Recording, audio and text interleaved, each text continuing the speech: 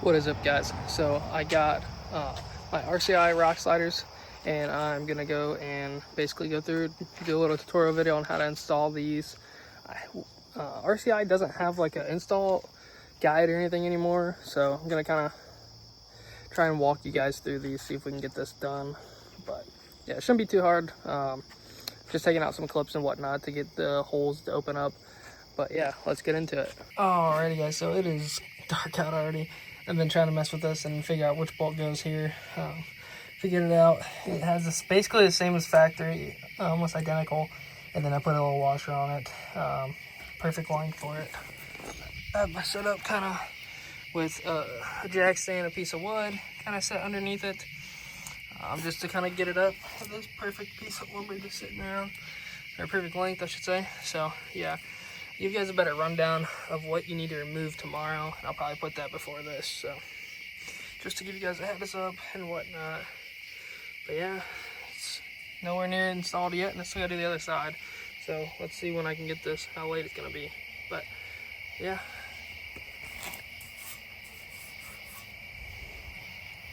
Alrighty, guys, so I wanted to kind of come back, make a follow-up. I'm gonna show you guys the other side of these rock sliders.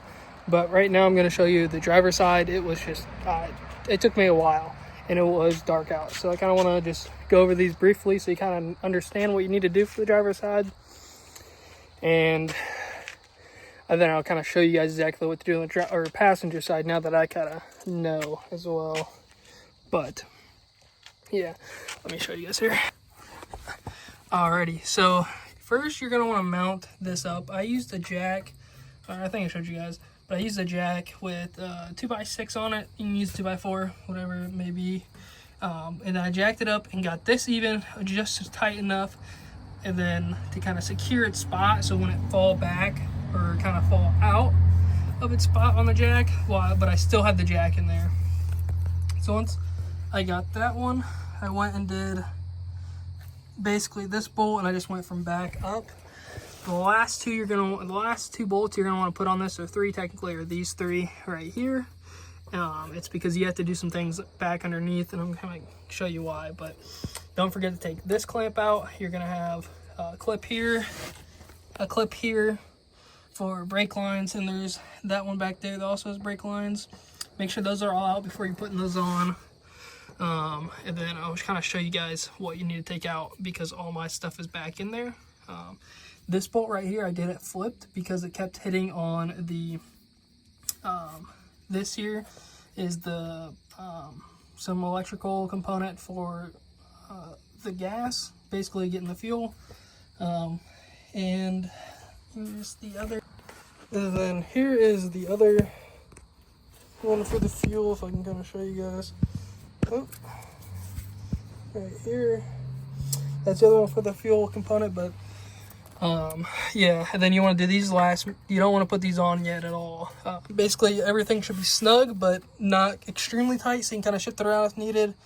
And then let me show you guys underneath what you need to do. So this is the electronic box that I was talking about. There's some clips there for it, but this mounts basically uses those bolts I just showed you on the other side of the frame. And these, you're going to want to take out these clips, those clips back there. As you can tell, this is kind of why I flipped it around. It was rubbing, I mean, it was just like pushing it out. This is still going to rub a tiny bit. I mean, I probably should put some tape on it. I probably will around both these lines just to kind of give it an extra layer. It's not going to fail or anything like that in the next couple years, but it might be a weak point 10 years, 15 years down the road. You're also going to take this bolt out right here. This is just holding these lines in place. These will be able to move. And you also want to take this bolt out. This is the cover, and you're going to have to go way... Let me zoom out here. You have to go way deep down into the frame to get these two, this one, and then those other two. But yeah, make sure if you can get these out and kind of wiggle them around. If you get them all out and this out, it can kind of move a good amount. But you got to basically stub your elbow through. So if you have bigger hands or anything like that, it's going to be a struggle. But yeah, and then basically it's going to be the same exact thing on the other side to do this, except these, you won't have this box here at all. And then you won't have, I don't think you're going to have this hose here. And you might not even have the brake lines. I got to check. I think they route, I think these are both for the rear. So I don't think the brake lines are even going to be on this side. But yeah, should be both brake lines. So this is the passenger side. You do have this that you're gonna have to basically take out and take off for the meantime. We're gonna loosen and push it to the side, but you're gonna take out this little plastic cap and this plastic cap, just like the driver's side. Alrighty guys, so there's a plastic cover on here. Kind of went like this.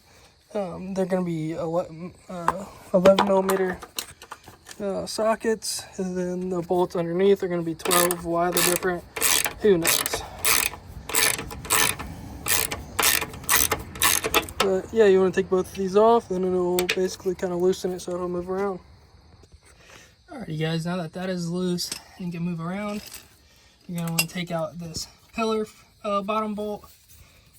And then once you do that, you're basically ready to start mounting it and installing the passenger side rock slider. Alright guys, so I just got the cross beam arm bolt in down here.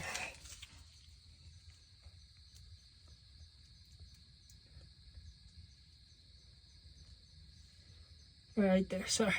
Couldn't find it. Got that in, still have it supported by the jack and the 2x4. And basically go from back to front and basically put the hardware in. I'll kind of walk you guys through. I mean, it's pretty self-explanatory. You're gonna need some kind of something to keep one static, and then something to tighten the other part of it down. But yeah, I get about one of these in, and then I'll adjust this 2x4 to get more room, put it more on the outside and press up, just to help create more room, because there's not much room when it's sitting like this. But yeah. Alrighty guys, so I have all the mounting hardware on this. Not all the way tightened. I still have the jack stand just to give it a little support. I don't want to strip any screws. I don't think it's going to fall on me or anything. I have them all except these two. That will go, if I can kind of get some right here. You see a plastic bracket? That's going to be, you want to take that off. It's going to be a 12 millimeter socket you'll need for that, and it'll just pop right off kind of like this. There's nothing in the way of it. And then the two bolts on the front that I kind of showed you guys a little bit ago, you're going to have to reach your arm all the way in to kind of get that in. And you always want to start with the one most forward. That way you have more clearance when you're trying to get your arm in through here. So don't put on that farthest back one and then screw yourself trying to get around that one to get up front. Just put that up front one up first, and I'll kind of show you guys what that looks like as well.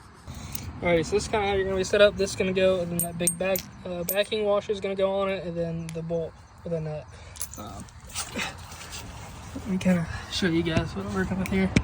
It's going to be in that hole up there, and you're going to kind of, if I can get it to go up there, but I'll have to kind of get it in and then show you guys after.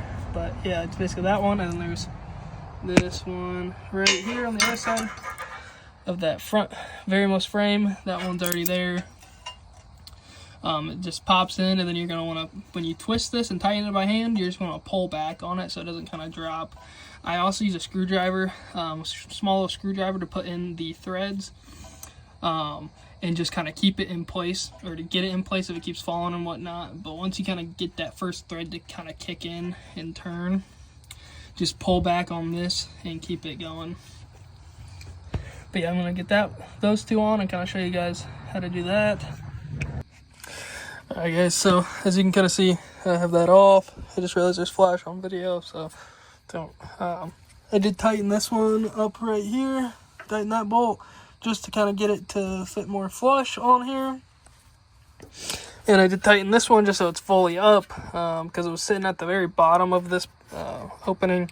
So I went and did those, and then I tightened this one up the front as tight as it'll go, just to kind of not have to get back in here, and because I'm gonna have to get that front one up as well, or the rear one up, so you can kind of see the one that's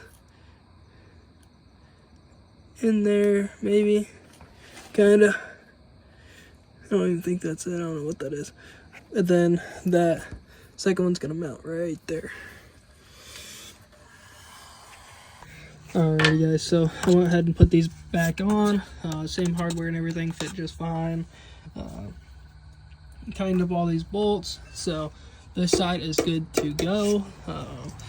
And yeah, they look real nice. I'll kind of get a picture tomorrow. It's kind of dark, so I'll get a picture of it all tomorrow, and kind of, or a video showing you guys kind of what it looks like and whatnot. But yeah, for the tutorial, it is done. Hopefully this kind of helped you guys out. I was kind of lost doing this. I'm sure you guys are probably still gonna be lost because I'm terrible at walking someone through something, but hopefully this kind of helped. You guys kind of see my bolts, maybe not listen to me, but at least see where I'm putting my bolts at. And then bolts just don't fit through these, so.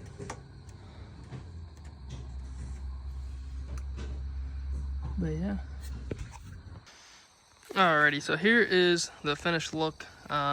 I'm kind of parked weird, so it's kind of hard to get a really good look at it all. But I mean, I really like how they turned out. They did look a little short, but you know, it's whatever. These also are used for the crew cab, short bed configuration of the Tacomas, but I think they look really good. This is the passenger side, and then I'm gonna show you guys the driver's side. This is the driver's side. I think they look really good.